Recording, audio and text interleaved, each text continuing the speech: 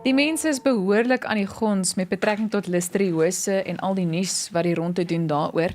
So ons gesels vanoggend met Dr. Juno Thomas en sy is die hoof van die Nasionale Instituut vir Oordraagbare Siektes se Sentrum vir Enteriese Siektes oor die nuus met betrekking tot hierdie siekte. So good morning and welcome. Thank you for joining us. Good morning. Thanks for the invitation.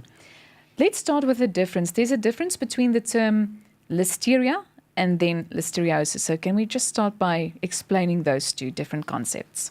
So listeriosis is the term given to the disease that people develop if they eat food that has been contaminated with a bacterium, which is called Listeria. And when were you first notified of the Listeria outbreak? So in July 2017, a pediatric infectious disease specialist at Chris Hani Baragwanath Hospital noticed an unusual increase in the number of babies being born with listeriosis at that hospital. Very soon after that, we also got an alert from doctors and microbiologists at Steve Biko Academic Hospital that they'd noticed the same unusual trend. That triggered a retrospective review of the number of cases of listeriosis that had been laboratory confirmed for the year.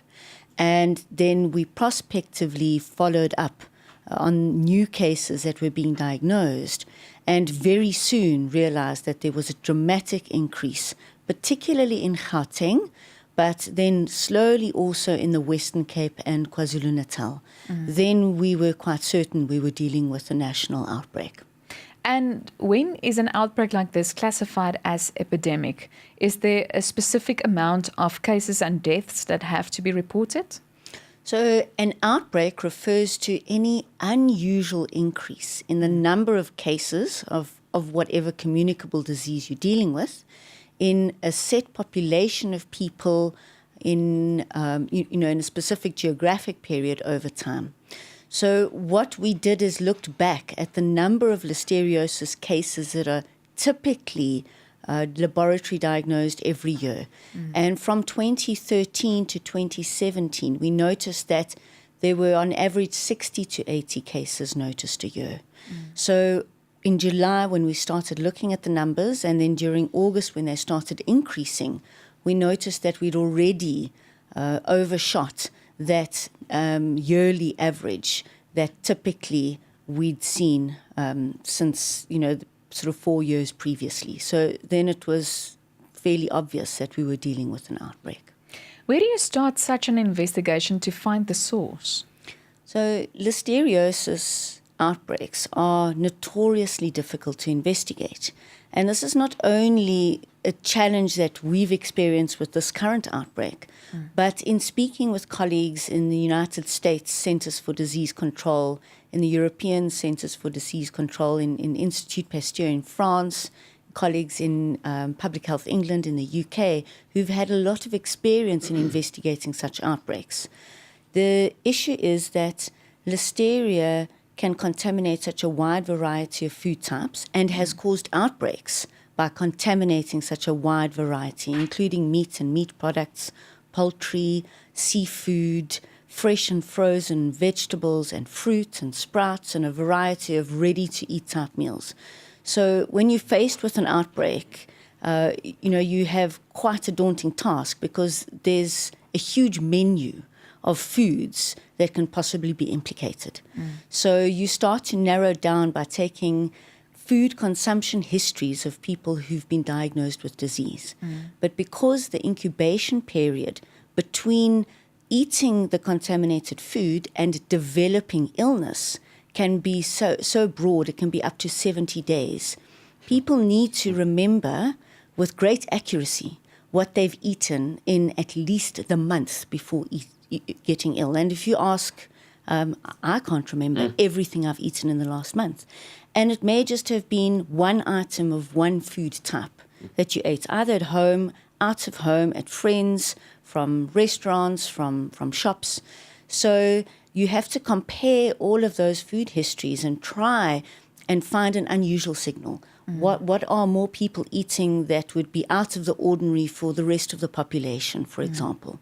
And that was actually very difficult because polony is such a popularly consumed food item. It's, fairly, I think, affordable and is so widely accessible. Every supermarket stocks polony. And, there's a wide range of socioeconomic groups where, polony is a favorite food. So that was one of the difficulties, is that, many people report eating polony, but so does the general population. So with that huge variety in mind, huge variety of food types and specific food in mind, were there times where you felt hopeless during this investigation? No, absolutely. We followed every possible lead. And so, one always talks about a red herring. Well, in this case, it was. We went on wild goose chases, on following red herrings, every possible lead we followed to the end. And obviously, most of them panned out to nothing. But, when you're desperate, you really have to follow every lead. There were many leads that came out of investigations that the environmental health practitioners from Department of Health supplied. In terms of what we did for investigation, the one was taking detailed history from people who'd fallen ill. But the other is that as soon as someone was diagnosed with Listeria and we confirmed it in the laboratory, the Department of Health were notified and an environmental health practitioner was dispatched to interview the patient, gain access to their home, and sample any remaining foods in the fridge and freezer. And this yielded a few leads, and some didn't work out. But in fact, that's how we got to the polony at the end of it. It was samples taken from the Creche fridge in Soweto, and we grew the outbreak strain of Listeria from that, and that led us to the Polokwane Enterprise Foods Factory. Sure. Going to interrupt you there, but I want to find out later, how does it get into a melon? Like the outbreak now in Australia. It's worlds apart, Yes. but we'll get there. Just to confirm, this is the largest outbreak in the world. Am I right? So yes, this is the largest outbreak that's ever been reported worldwide of confirmed Listeriosis cases. And now the question is, we're jumping from meat to melons. That's the one that was in America, the second biggest one, but now in Australia. But how do you go from meat to melons? How does it get into a melon? So Listeria is widespread in the natural environment. We find it in water, in soil, in vegetation, and some animals can carry it in their gut as well. But they're not ill. They just happen to carry it in the gut. So we think of the food chain as a farm to fork process. And Listeria can contaminate food items at any point along that entire chain. And what happens with the melons is that they may get contaminated at the point at which they're grown. So depending on the fertilizer, the manure that they're using, and the water. And Listeria then hides in the little crevices on the skin itself of the melon. So it doesn't it doesn't contaminate the flesh of the melon, but it's rather on the surface of the melon. It can also contaminate the melons if they're in a production facility, if they, for example, go on a conveyor belt and they're sorted, and the conveyor belt or the adjacent areas are contaminated, it can also contaminate those. And then typically you don't wash those.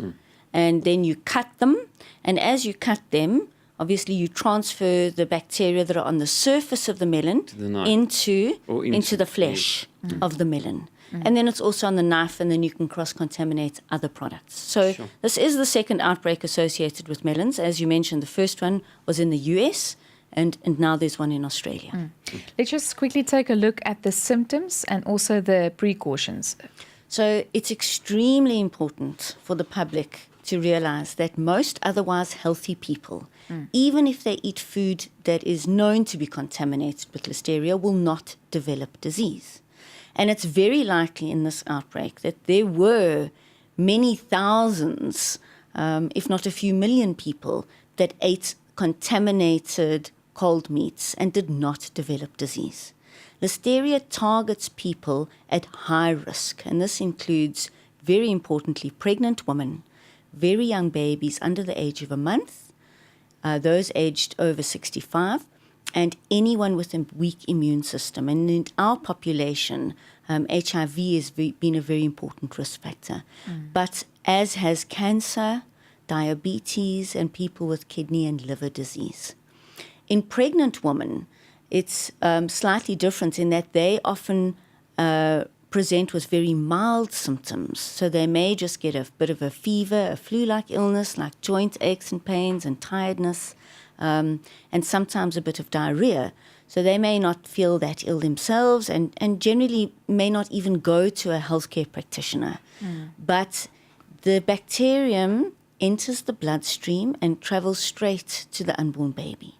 And it's this unborn baby or the developing fetus that develops the complications. So there's a high rate of miscarriages and stillbirths. And if the woman gets infected late in pregnancy, often premature labor and the baby being born with listeriosis. Over 40% of our cases have been in newborn babies. We're going to have to stop you there. So that was dan Dr. Juno Thomas.